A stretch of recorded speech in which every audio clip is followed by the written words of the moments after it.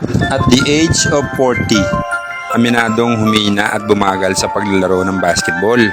Di man makasabay sa mga kabataan, sa mga kaedad na kondisyon ng katawan, ang importante na paglaro pa rin ng basketball dahil may magandang dulot to sa ating kalusugan.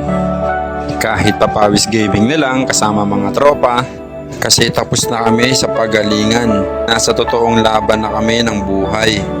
Ang makapaglaro lang ng basketball ay masaya na kami. Ganyan kaming mga boys life. Ikaw, idolo. Tapos na tayo sa pagalingan. Makapagpapawis lang, napakalaking bagay na nun. Makapunta lang sa basketball court at makita yung mga tropa, napakasaya na nun. Kasi napakabilis lumipas ng panahon.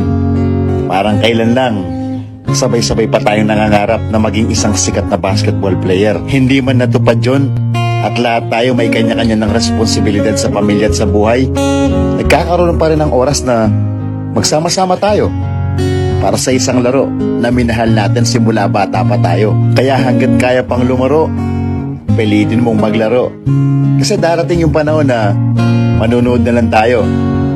Gustuin man natin, ayaw na ng katawan dahil nagkakaedad na tayo. Napakasarap kasi sa pakiramdam na pagpunta mo sa basketball court, bumabalik lahat yung mga magagandang alaala noon.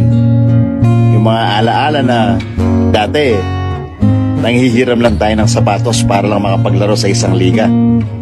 Ngayon, kahit paano nagkakaroon na. Dati, sobrang daming oras para makapaglaro.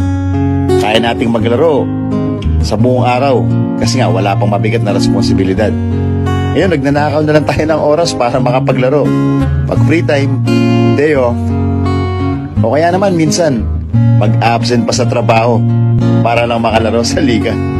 Pero kaya hindi na, no? Kaya nga lagi kong sinasabi na tapos na tayo sa pagalingan. Makapagpapawis lang at magkaroon ng oras sa basketball ulit. Ang laking bagay. Yun, napakaswerte ng bagong henerasyon. Kasi marami ng support at tumutulong. Mga basketball program na pwede nilang puntahan at salihan. Di tulad dati magsisikap ka mag-isa. Makikilala ka sa sarili mong talento, sa abilidad at sariling pagsisikap. Kaya't saludo at respeto sa mga kaibigan ko ngayon na nakakapaglaro pa. Sa mga hindi na, okay lang yan. Namiss ko kayo. Sana magkaroon ng pagkakataon na makapag-basketball ulit tayo.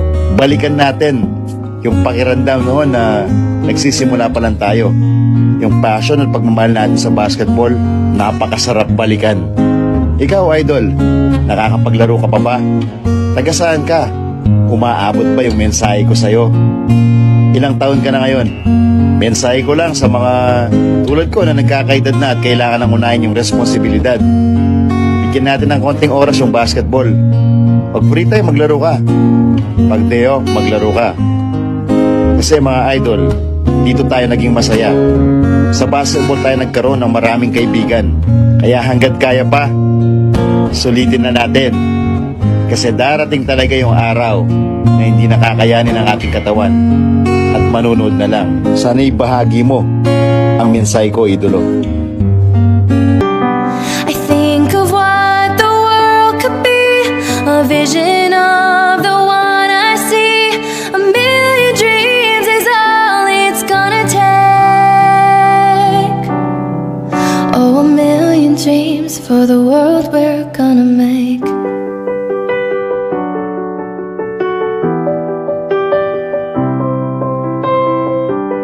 There's a house we can build. Every room inside is filled with things from far away. The special things I compile, each one there to make you smile on a rainy day. They can say it all sounds crazy,